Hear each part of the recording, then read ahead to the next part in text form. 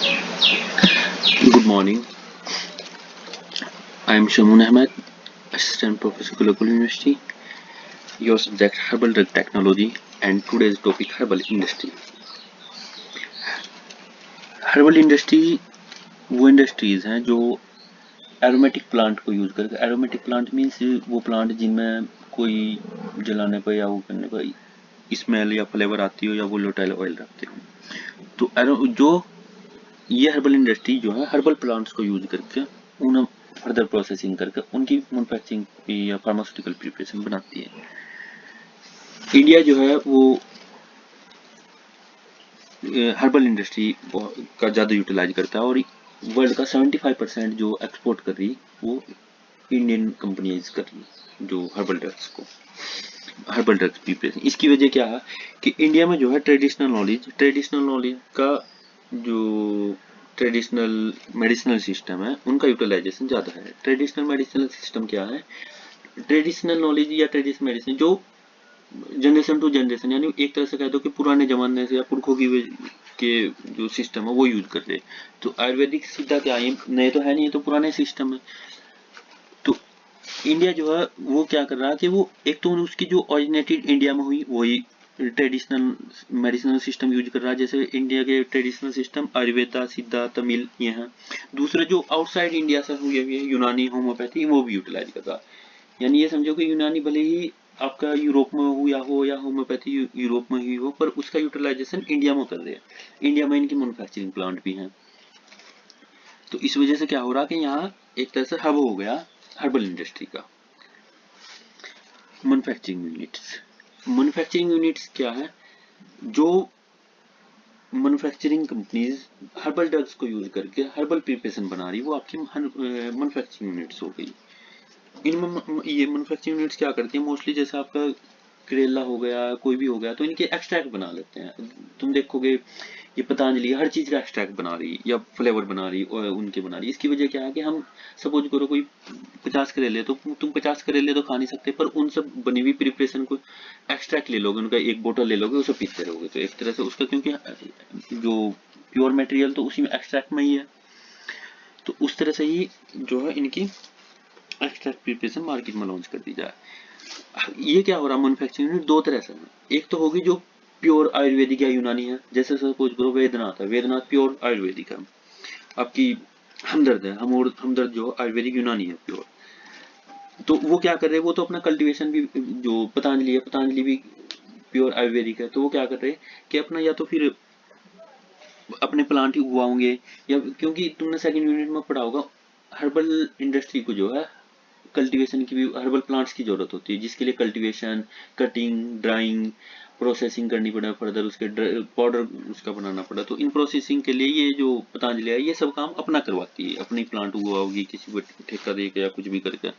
तो एक तो ये जो प्योर आयुर्वेदिक यूनानी कंपनीज हैं वो क्या करती हैं, वो अपने प्लांट ही उगवाती हैं।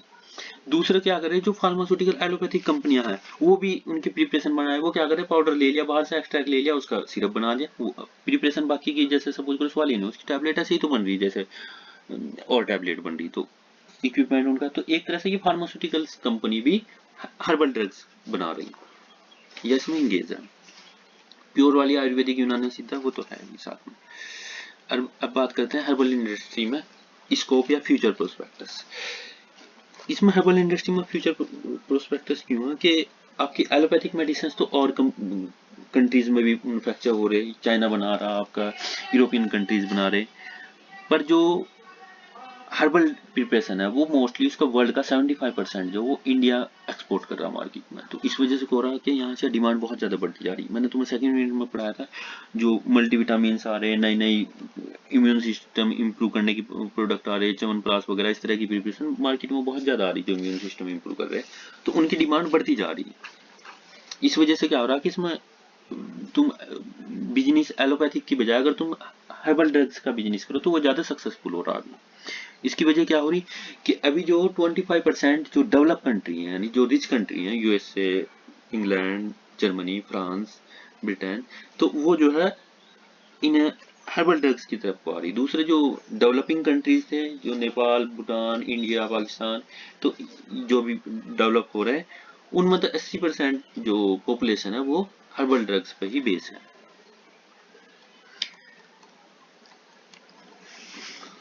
दूसरे ये इंडिया जो है वो एक्सपोर्ट, मैंने तुम्हें बताया कि अभी जो वर्ल्ड का 75% जो है वो 6 जो डेवलप कंट्रीज है उन्हें इंडिया एक्सपोर्ट कर रहा हर्बल ड्रग्स को, हर्बल मैन्युफैक्चरिंग को। अब इसमें जो कंपनीज हैं उनमें शेयर कितने कितने हैं।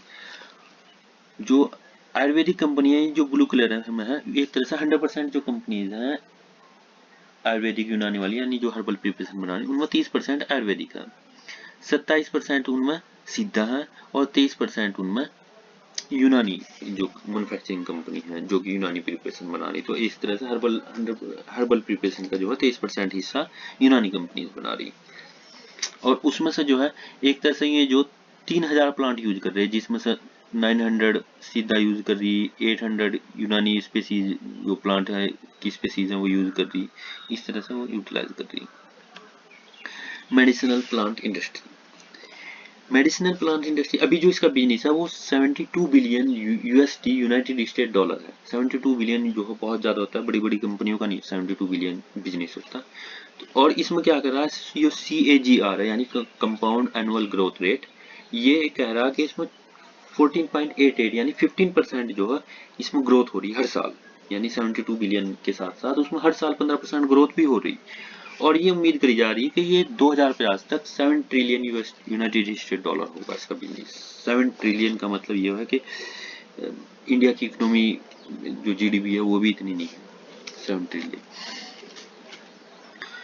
अब उसमें से 80% जो है वो डेवलपिंग कंट्रीज में और 25% अदर उसमें यूज कर रहे हैं अभी। अब कर रहे हैं इसके प्रोस्पेक्टस। प्रोस्पेक्टस मीन्स एक तरह से कि हमें इसमें आगे क्या उम्मीद है कि ये कितना डेवलप करेगा। अभी जो डेवलप कंट्रीज हैं UK USA, तो वो उन्हें रियलाइज हो रहा कि तुम जो एंटीबायोटिक ले रहे हो एलोपैथिक में, वो उनके कुछ ना कुछ साइड इफेक्ट है जो बॉडी के लिए हार्मफुल है। तो अब वो क्या कर रहे हैं, धीरे धीरे कुछ उसकी साइड उसको आ रहे हैं हर्बल ड्रग्स की। उन्हें रियलाइज हो रहा कि हर्बल ड्रग्स के थ्रू हम इम्यून सिस्टम इंप्रूव करते हैं और उनके जो है साइड इफेक्ट भी कम है। अब ये समझो कि आपको अगर सपोज करो किसी को फीवर हो रहा तो उसका ट्रीटमेंट तो आप पैरासिटामोल से लोगे, एलोपैथिक लोगे। पर अगर सपोज करो किसी को गांव में कोल्ड हो रहा है या कुछ हो रहा है तो वो क्या कर रहा है, उसकी एंटीबायोटिक ना लेकर उसकी अपने इम्यून सिस्टम इंप्रूव कर लगा, वो च्यवनप्राश ले लगा, कोई त्रिफल की संजी इस तरह की आयुर्वेदिक प्रिपरेशन या यूनानी प्रिपरेशन ले लेगा, उस तरह से अपना इम्यून सिस्टम इंप्रूव करके उसको बीमारी से बच जाएगा। तो एक तरह से मिक्स सिस्टम यूज कर रहे हैं, यानी ट्रेडिशनल मेडिसिन सिस्टम भी और साथ में एलोपैथिक मेडिसिन सिस्टम भी। तो इस तरह से जो UK, United state, east European countries, USSR, Soviet union की जो कंट्रीज हो गई, वो सब जो है ये मिक्स सिस्टम यूज कर रहे हैं आजकल। इस वजह से एलोपैथिक का भी डिमांड, एलोपैथिक तो पहले से ही मैन्युफैक्चर हो रही, तो साथ ही साथ हर्बल इंडस्ट्री का भी डिमांड बढ़ रही है इसमें एस्पेक्ट। अब है प्लांट बेस्ड इंडस्ट्रीज इंडिया। कौन कौन सी प्लांट बेस्ड इंडस्ट्रीज या हर्बल इंडस्ट्रीज हैं जो इंडिया में अपना बिजनेस है जिनका। उसमें सबसे बड़ा ऊपर नाम है डाबर इंडिया लिमिटेड का। डाबर इंडिया जो है वो इंडिया की सबसे बड़ी आयुर्वेदिक कंपनी है जो जिसके 260 प्रोडक्ट मार्केट में है। और इसके प्रोडक्ट मोस्टली बॉडी की हेल्थ कंडीशन को करने के लिए है या एलिमेंट करने के लिए है, कॉमन कोल्ड को दूर करने के लिए है, इम्यून सिस्टम इंप्रूव करने के लिए, उस तरह से। इसका जो चेयरमैन डॉक्टर आनंद बर्मन है और इसकी जो फर्स्ट यूनिट स्टेबलाइज हुई थी 1884 में हुई थी। फेमस प्रिपरेशन इसकी डाबर च्यवनप्राश। नेक्स्ट है आयुर। आयुर का जो पहला नाम था वो था 3N प्रोडक्ट प्राइवेट लिमिटेड, अब इसे जो चेंज कर दिया गया आयुर हर्बल्स। ये 1984 में स्टेबलाइज हुई थी। ये जो है आयुर मोस्टली कॉस्मेटिक प्रोडक्ट बनाती है और इनकी क्या है, उन्होंने स्ट्रिक्टनेस कर रखी है कि हम सिर्फ हर्बल प्रिपरेशन ही यूज करेंगे, क्योंकि हम फेशियल स्किन वगैरह यूज करते हैं तो हम केमिकल नहीं यूज करने के, प्योर हर्बल प्रिपरेशन यूज करेंगे। इस वजह से इनका बिजनेस जो है बाहर बहुत अच्छा है। USA, Mauritius, Nepal, Bangladesh, South Africa, West Indies, इन कंट्रीज में इनका आयुर की प्रिपरेशन बड़ी अच्छी डिमांड है इनकी, क्योंकि इनके साइड इफेक्ट वगैरह कम है। और फेशियल में मोस्टली लोग यही चाहते हैं कि केमिकल का कम से कम यूज हो। फिर है हिमालयन हर्बल हेल्थ केयर। इसके ये 1930 में स्टेबलाइज हुई थी। मोहम्मद मनाल ये इसके चेयरमैन थे। और अभी इसका जो नाम है हिमालयन हर्बल हेल्थ केयर है। इसकी जो फेमस प्रिपरेशन है LEU-52 है, और इनका जो बिजनेस है वो 106 कंट्रीज में है। जो जो भी बड़ी बड़ी कंट्रीज है मोस्टली सभी में इनका बिजनेस है। India, United state, middle east, Asia, Europe, सब कंट्रीज में इनका जो है मैन्युफैक्चरिंग जो इनकी प्रिपरेशन है वो अभी जारी। इसकी वजह क्या है कि मैंने अभी भी बताया था, दूसरी कंपनियां जो है, दूसरे वर्ल्ड की कंपनियां एलोपैथिक पर जोर दे रहे हैं, और ये क्या कर रहे हैं, हर्बल ड्रग्स को यूज कर रहे हैं। तो इस वजह से बाहर जो है मार्केट में कंपटीशन कम है, तो इंडिया की जो मैन्युफैक्चरिंग कंपनी है वो एक्सपोर्ट अच्छा कर रही है बाहर। वैसे भी फार्मेसी में तो फार्मास्यूटिकल कंपनी में इंडिया का अच्छा होगा। अभी भी देखोगे तुम के जो कोरोना वायरस की वजह से कलोरा की हुई ना, तो इंडिया पर ही ज्यादा वो कर रहे हैं कि हमें ये मेडिसिन तो हमें दो। नेक्स्ट है जो आयुर्वेदिक कंपनी है वेदनाथ। वेदनाथ जो 1917 में हुई थी बाय रामदयाल जोशी द्वारा इसका स्टेबलाइज हुआ था। इसका हेड ऑफिस कोलकाता में है। जो मोस्टली उस टाइम की कंपनियां थी उनका हेड ऑफिस मोस्टली सबका कोलकाता में ही है। और इसकी फेमस प्रिपरेशन जो है रसाया, त्रिफला, भस्मा, चूना यही है। नेक्स्ट है हमदर्द वकफ लेबोरेटरी। हमदर्द वकफ लेबोरेटरी ये यूनानी आयुर्वेदिक कंपनी है जो हकीम हफीज अब्दुल मजीन द्वारा 1906 में स्टेबलाइज हुई थी दिल्ली में। ये बाद में दो भाई थे, जो एक भाई इनका पाकिस्तान चला गया था, उन्होंने वहां जाकर अपनी कंपनी स्टेबलाइज कर ली थी। यही हमदर्द वकफ लेबोरेटरी थी। और उनका जो देखोगे इंडिया का जो सिंबल होगा वो रेड में है, हमदर्द उसमें सिंबल होगा, but just to just symbol उनका भी वही है, उन्होंने ग्रीन में कर रखा। कंपनी दोनों अलग अलग हो गई। 1948 में ये भी क्या हुआ, नॉन प्रॉफिटेबल में आ गई, यानी कि इन्होंने जो भी मुनाफा होगा ये गरीबों के लिए उसे यूटिलाइज करेंगे। इनका एक अपना ये भी है हमदर्द यूनिवर्सिटी, वो एक तरह से जो गरीब बच्चे हैं उनको वो कर देती है, रियायत कर देती है, और इन्होंने चैरिटेबल ट्रस्ट के यूज कर रखा। इनकी फेमस प्रिपरेशन रुआफजा, शाफी, बदनाम, शिरीन, स्वालीन, जोशीना, चिंकारा ये है। और यही सेम प्रिपरेशन तुम देखोगे इधर अफगानिस्तान, पाकिस्तान, उधर भी यही चली, क्योंकि वो दोनों जो हकीम हफीज अब्दुल मजीद है, इनके जो नुस्खे थे वो उन्होंने भी यूज करे। तो इस तरह से इनके साउथ एशियन कंट्रीज हैं जो बांग्लादेश, श्रीलंका, इन सब में इनकी जो है ये प्रिपरेशन इनकी जा रही है। अब institute involve in work on medicinal and aromatic plants. ये जो इंडियन इंस्टीट्यूट है जो रिसर्च कर रहे हैं एरोमेटिक प्लांट्स पर, उनमें क्या है कि जो council of scientific and industrial research है CSIR, ये एक ऑर्गेनाइजेशन है जो 1942 में स्टेबलाइज हुई थी, गवर्नमेंट वो है। ये तुमने देखा होगा जो M.Pharm या MSc के बाद जो टेस्ट देते हैं नेट का या JRF का, वो CSIR ही कराती है। ये फंडेड करती है उन्हें, जो कि रिसर्च में इंटरेस्ट ले रहे या कोई नई रिसर्च कर रहे, जो PhD के बंदे उन्हें 32-35,000 पर मंथ देती है फंडिंग उन्हें। ये एक बड़ी ऑर्गेनाइजेशन CSIR है। इन्होंने क्या कर रखा, अपने इंस्टीट्यूट जो है रिसर्च इंस्टीट्यूट, वो ऑल इंडिया में different different state, different different cities में खोल रखे हैं। उनके फिजिकल साइंस पर 5 इंस्टीट्यूट हैं, केमिकल साइंस पर 7 है, इंजीनियरिंग में 13 हैं, इंफॉर्मेशन में 2 हैं, बायोलॉजिकल साइंस में 11। तो इनके डिफरेंट डिफरेंट जो इंस्टीट्यूट हैं वो ऑल इंडिया में है।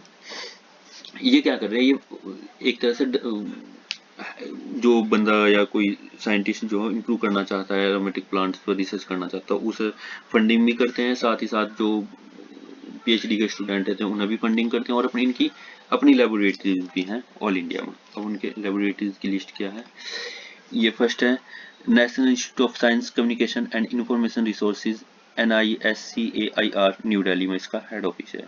ये लेबोरेटरी हेड ऑफिस तो मतलब क्या कि ये लेबोरेटरी न्यू दिल्ली में है। दूसरी central food technology research institute CFTRI, इसकी लेबोरेटरी मैसूर में है ये लेबोरेटरी। और ये जो अपना रिसर्च करती है ये फूड बेस स्पाइस पर, फूड प्रोडक्ट पर करती है, जैसे coffee, citrus oil, soybean, flavours, cocoa powder, cocoa butter, इन पर अपना रिसर्च करती है फूड प्रोडक्ट पर। तीसरी है central drug research institute CDRI Lucknow, जो ये ट्रेनिंग वगैरह करते हैं मोस्टली बच्चे जिनकी अच्छी पहुंच होती है, वो CDRI में करते हैं। नई नई ड्रग्स सिंथेसाइज करते हैं, यानी herbal drugs, new herbal drugs synthesize करते हैं। डिफरेंट डिफरेंट प्लांट पकड़ कर किसी का एंटी मलेरियल एक्टिविटी चेक करेंगे, किसी की कॉन्ट्रासेप्टिव एक्टिविटी चेक करेंगे, उस तरह से न्यू ड्रग जो है सिंथेसाइज करते हैं। जब ये ड्रग जो है सिंथेसाइज हो जाएगी, फिर वो ना इंडस्ट्री वाले यूज कर लेते हैं या इन पर पेटेंट ले लेते हैं। फिर फोर्थ है institute of Himalaya Biosyn technology, ये पालमपुर हिमाचल में। इस तरह से ये डिफरेंट डिफरेंट जो है लेबोरेटरीज हैं ऑल इंडिया में। कोई एनालाइज इस पर कर रहा, कोई न्यू टेक्नोलॉजी यूज कर रहा, कोई प्लांट की प्लांट की सेपरेट कर रहा अलग उसका प्रोडक्ट, जैसे सपोज करो कोई पूरा प्लांट तो यूटिलाइज नहीं होता, उसका कंपोनेंट सेपरेट करके तब उस पर रिसर्च कर रहा, इस तरह से कोई एग्रीकल्चर बेस्ड एरोमेटिक प्लांट उन पर रिसर्च कर रहा। ये इस तरह से जो है लिस्ट है। ये क्वेश्चन है जो इम्पोर्टेंट क्वेश्चन है, इन्हीं से ऊपर से तुम्हें क्वेश्चन मिल जाएंगे, इम्पोर्टेंट क्वेश्चन याद जरूर कर लेना यार। Thank you.